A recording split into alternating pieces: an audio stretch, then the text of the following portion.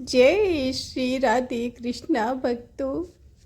तो भक्तों, आज की जो लीला कथा मैं आपको सुनाने जा रही हूँ वो है हमारे प्यारे लड्डू गोपाल की एक ऐसी लीला कथा जिसे सुनने के बाद आपको ये अनुभव ज़रूर होगा कि जो भी प्रभु की भक्ति बिल्कुल स्वच्छ मन और निर्मल आत्मा के साथ करता है, प्रभु उस पर अपनी कृपा टूट कर बरसाते हैं।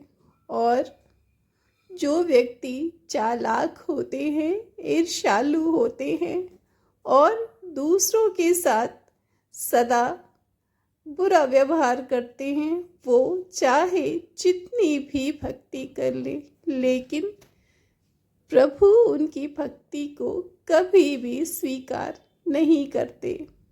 तो भक्तों, ये सत्य लीला जिसमें नन्हे गोपाल ने ये बताया है कि मैं सदा उस व्यक्ति की ही भक्ति को स्वीकार करता हूँ जिसका मन जल की तरह निर्मल होता है, और सिर्फ उसी भक्त की भक्ति को पसंद करता हूँ जो सौम्य होता है, निर्मल होता है, जिसके मन में ईर्ष्या अहंकार नहीं होता।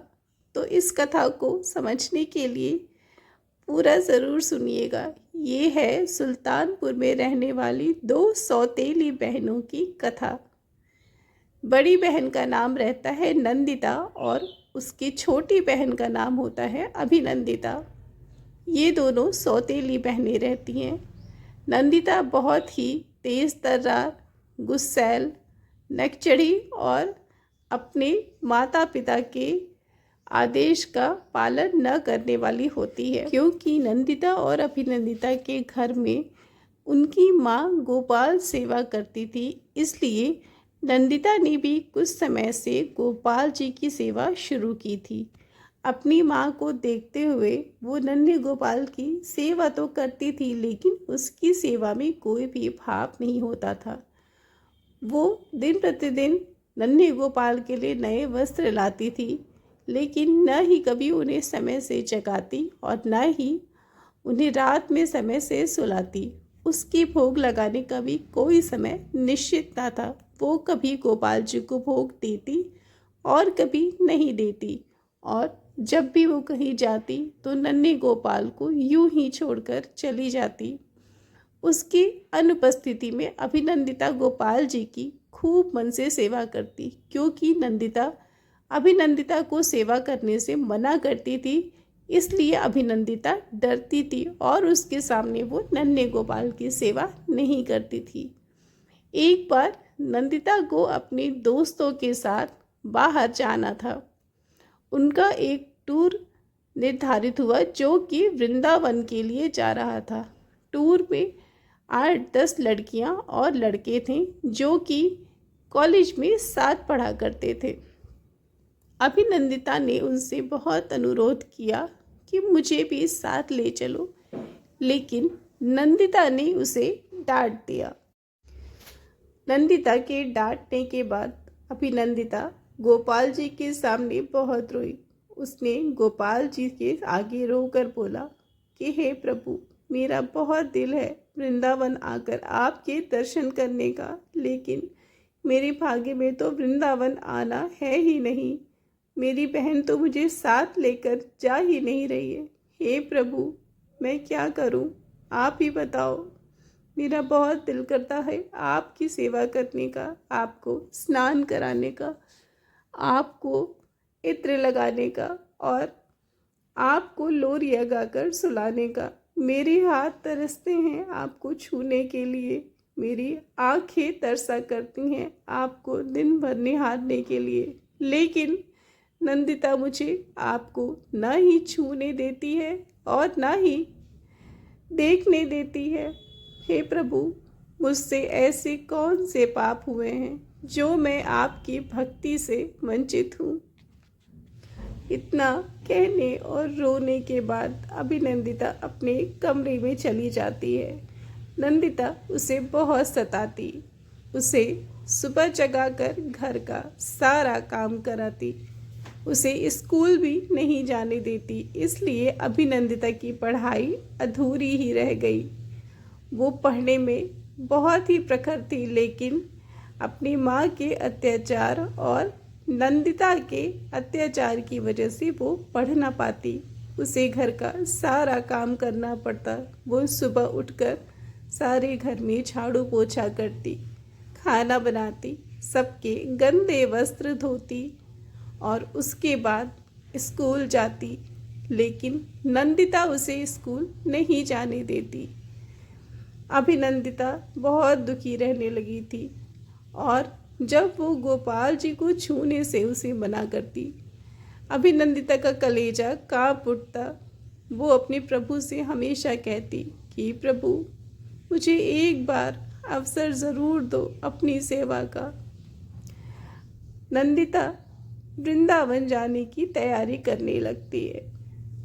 नंदिता अपने सगे संबंधियों को फ़ोन करके कहती है कि मैं 1 हफ्ते के लिए वृंदावन जा रही हूँ। क्या आप मेरे लड्डू गोपाल की सेवा 1 हफ्ते के लिए करोगे? लेकिन नंदिता के किसी भी रिश्तेदार ने लड्डू गोपाल की सेवा लेने से मना कर दिया। सबने कहा कि लड्डू गोपाल की सेवा करना कोई आसान नहीं है, इसमें बहुत सारे नियम होते हैं, बहुत ही अनुशासन होता है। नंदिता थोड़ी सी चिंतित थी, लेकिन फिर उसने कहा कि छोड़ो, 1 हफ्ते की ही तो बात है। जब मैं आऊँगी तो फिर से मैं सेवा शुरू कर दूँगी। तब तक लड्डू गोपाल को यहीं छोड़े जाती हूँ। नंदिता की माँ को गोपाल सेवा से कोई भी मतलब ना था। वो रोज़ कहीं ना कहीं घूमने निकल जाती और सारा घर का काम अभिनंदिता के ऊपर छोड़ देती। अभिनंदिता ने नंदिता से पूछा कि दीदी, 1 हफ्ते आप नहीं रहोगे तो क्या मैं गोपाल जी की सेवा कर सकती हूँ? पहले तो नंदिता ने उसे डांट लगाई कि मेरे गोपाल जी को तू हाथ भी मत लगाना। जब तक मैं न रहूँगी गोपाल की सेवा माँ करेगी। नंदिता ने अपनी माँ से पूछा कि मम्मी, उतने दिन आप गोपाल जी की सेवा करना, मैं आने के बाद संभाल लूँगी। लेकिन नंदिता की माँ बहुत ही नास्तिक थी। उसने साफ इनकार कर दिया कि ये सब मुझसे ना होगा। सुबह उठकर उन्हें जगाओ, नहलाओ, खिलाओ, भोग बनाओ, मेरे बस का ये सब कुछ नहीं है, तू अभिनंदिता को ही दे दे। तो नंदिता ने अभिनंदिता से बोला कि चल ठीक है, 1 हफ्ते की बात है, जब तक मैं नहीं रहूँगी तब तक गोपाल जी की सेवा तू करेगी, लेकिन अगर तुझने कोई भी गलती की तो मैं तुझे छोड़ने वाली नहीं। गोपाल जी का तुझे पूरा ध्यान रखना होगा। प्रतिदिन अलग वस्त्र, प्रतिदिन अलग भोग, समय से सुलाना, समय से जगाना। नंदिता ने अभिनंदिता को ये सब ऑर्डर किया। ये सब सुनने के बाद अभिनंदिता की तो खुशी का ठिकाना ही न रहा। वो मन ही मन गोपाल जी से धन्यवाद देने लगी और उसने गोपाल जी से मन ही मन कहा कि हे प्रभु, आप मेरी इतनी जल्दी सुनोगे, मैंने तो कभी सोचा भी नहीं था। आप कितनी कृपालु हो, कितनी दयालु हो, आप अपने भक्तों पर कितनी कृपा करते हो। मैंने आज ही आपसे मांगा कि मुझे अपनी सेवा का अवसर दो और आपने आज ही मेरी मन्नत पूरी कर दी। आप बहुत कृपालु हो प्रभु। मन ही मन अभिनंदिता बहुत प्रसन्न हो रही थी। वो दिन आया जब नंदिता को वृंदावन जाना था। नंदिता अपनी दोस्तों के साथ वृंदावन को सुबह ट्रेन पकड़ के निकल पड़ी। बस आज से अभिनंदिता ने गोपाल जी की सेवा शुरू कर दी। अभिनंदिता ने कभी भी गोपाल जी के वस्त्र नहीं उतारे। आज वो सुबह 5 बजे उठकर गोपाल जी को जगाई और वो उन्हें स्नान करने के लिए पंचामृत तैयार की। जब उसने गोपाल जी के वस्त्र को निकाला तो उसने देखा कि अरे, नन्ही गोपाल के पैर तो टेढ़े हैं।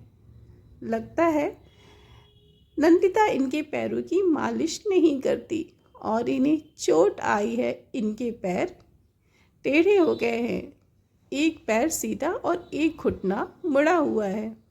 अभिनंदिता ने कभी भी गोपाल जी को बिना वस्त्र के देखा ही नहीं था, क्योंकि उसने कभी भी सेवा का अवसर नहीं पाया था। अभिनंदिता तेल की मालिश गोपाल जी के पैरों में करने लगी। करने के बाद उन्हें हल्के गुनगुने पानी से स्नान कराया।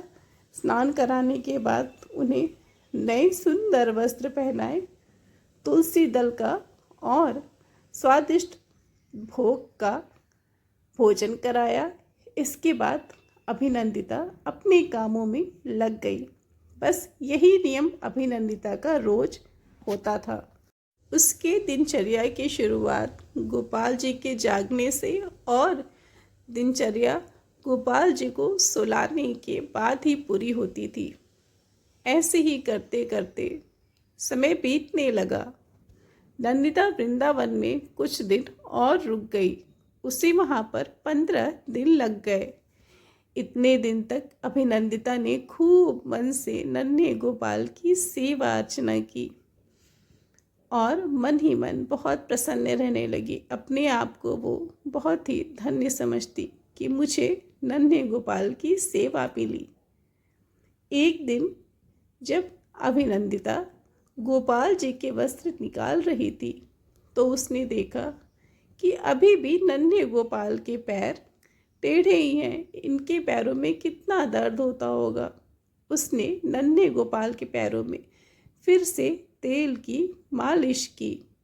मुलायम और स्निग्ध हाथों से धीरे धीरे वो गोपाल जी के पैरों की मालिश करती। मालिश करने के बाद गुनगुने पानी से उन्हें नहलाती और उसके बाद वस्त्र धारण करा के भोग खिलाया। गोपाल जी की सेवा करते करते आज 16वां दिन था और आज नंदिता वृंदावन से वापस आ रही थी। नंदिता आ गई और आने के बाद उसने अभिनंदिता की खूब खबर ली। आते ही उसने अभिनंदिता से कहा, सबसे पहले मेरे गंदे कपड़े धुल के बाहर डाल दे और मेरे लिए खाना बना। अभिनंदिता उसके आदेश का पालन करने लग गई। ये सब कुछ करने के बाद वो दोनों रात में सो गई। अगले दिन जब अभिनंदिता गोपाल जी की फिर से सेवा करने जा रही थी, नंदिता ने उसे ज़ोर से डांटा कि अब मैं यहाँ पर आ गई हूँ, अब तू मेरे गोपाल जी को हाथ भी नहीं लगाएगी। नंदिता नहा धोकर गोपाल जी के पास उनकी सेवा के लिए पहुँची। उसने गोपाल जी को उठाया और उनके वस्त्र को निकाला। स्नान कराने के लिए वो तैयारी कर रही थी। वस्त्र को निकालते ही नंदिता ने देखा कि लड्डू गोपाल तो खड़े हैं। वो आश्चर्यचकित हो गई। उसने देखा कि लड्डू गोपाल जो पहले हाथ में लड्डू लेकर बैठे रहते थे, अब वो खड़े हैं। उसने सोचा कि ऐसा कैसे हो सकता है, मेरे लड्डू गोपाल तो बच्चों की तरह झुककर बैठे रहते थे, लेकिन ये चमत्कार कैसे हो गया। उसने नंदिता को बहुत ज़ोर से चिल्लाकर बुलाया कि ये ऐसे कैसे हो गया, लड्डू गोपाल के पैर सीधे कैसे हो गए। नंदिता बिल्कुल डर गई और कांपने लगी। अभिनंदिता ने नंदिता से बोला कि दीदी, मुझे ऐसा प्रतीत हुआ जैसे नन्हे गोपाल के पैरों में चोट आने की वजह से वो टेढ़े हो गए हैं और उन्हें बहुत दर्द हो रहा है, ऐसा मुझे प्रतीत हुआ। ये सोचने के बाद मैंने उनके पैरों की गुनगुने तेल से प्रतिदिन मालिश की और धीरे धीरे उनके पैर की चोट ठीक हो गई और उनके पैर सीधे हो गए। दीदी देखो ना, अब हमारे गोपाल जी बिल्कुल सीधे खड़े हो पा रहे हैं, उनके पैर टेढ़े नहीं हैं और अब शायद उन्हें दर्द भी नहीं हो रहा होगा। दीदी, क्या मुझसे कोई गलती हो गई? नंदिता तो बिल्कुल आश्चर्यचकित हो गई। उसके पैरों तले ज़मीन ही खिसक गई और उसके आँखों में आंसू भर आए। नंदिता को अंदर ही अंदर बहुत ग्लानि महसूस हुई। उसे समझ में आ चुका था कि नन्हे लड्डू गोपाल ने क्या लीला करी है। उसे समझ में आ चुका था कि उसके अंदर क्या कमी थी और उसके बहन के अंदर क्या अच्छाई थी जिसे नन्हे लड्डू गोपाल ने स्वीकार लिया था। उसकी आंखें भर आई और वो ज़ोर ज़ोर से रोने लगी। उसने अभिनंदिता से बहुत माफ़ी मांगी। अभिनंदिता ने पूछा कि दीदी, तुम रो क्यों रही हो और मुझसे क्षमा क्यों मांग रही हो? नंदिता ने बोला कि बहन, मैंने तुझ पर बहुत अत्याचार किए हैं, मैं बहुत बुरी हूँ। आज मुझे ये समझ में आ गया, इसीलिए इतने वर्षों से गोपाल जी की सेवा कर रही हूँ, लेकिन कभी गोपाल जी ने मेरे साथ लीला नहीं की। लेकिन तू हृदय की इतनी निर्मल है कि तुझ पर गोपाल जी ने तुरंत ही कृपा कर दी। लड्डू गोपाल के पैर कभी भी सीधे नहीं होते। वो श्री कृष्ण का बाल रूप है। उनके पैर एक नन्हे बालक की तरह मुड़े रहते हैं। सारे विग्रह ऐसे ही होते हैं अभिनंदिता, लेकिन तेरी श्रद्धा और निष्ठा ने, तेरी भक्ति ने भगवान को तेरी ओर झुका दिया। उन्होंने तेरे साथ बहुत बड़ी लीला की है। देख, तेरी सेवा से प्रसन्न होकर उन्होंने अपना रूप ही बदल लिया। उन्होंने अपना वो रूप बना लिया जो तूने सोचा है। देख अभिनंदिता, लड्डू गोपाल के पैर सीधे हो गए। ये तो असंभव है, ये तो हो ही नहीं सकता, लेकिन तेरी भक्ति और निर्मलता की वजह से ऐसा हुआ। मेरी बहन, मुझे क्षमा कर दे और मुझे भी आशीर्वाद दे कि मैं तेरी तरह निर्मल भक्त बन सकूं, जिसका हृदय जल की तरह, गंगा की तरह, यमुना की तरह बिल्कुल स्वच्छ हो। अभिनंदिता, मुझे क्षमा कर दे। अभिनंदिता ने नंदिता को बहुत सांत्वना दी कि दीदी, ऐसा नहीं सोचा करते, मैं तो अज्ञानी हूँ, अनपढ़ हूँ, मुझे तो कुछ भी ज्ञान नहीं। मुझे जो भी समझ आया मैंने किया। मैं तो सोचती थी कि जितनी भाव से मेरी दीदी सेवा करती है, उतने भाव से तो मैं सेवा कर ही नहीं सकती। दीदी, मैंने जो भी सीखा तुमसे सीखा, मुझसे क्षमा मत मांगो। आज से हम दोनों बहुत ही भाव के साथ मिलकर अपने नन्हे गोपाल की सेवा, पूजा अर्चना किया करेंगे। आंसू पोंछ लो। देखो, हमें रोता देखकर हमारे लड्डू गोपाल प्रसन्न नहीं है। चलो, अब हम आपस में कभी भी नहीं लड़ेंगे और पूरे भाव के साथ अपने लड्डू गोपाल की सेवा करेंगे। नंदिता और अभिनंदिता उस दिन से दोनों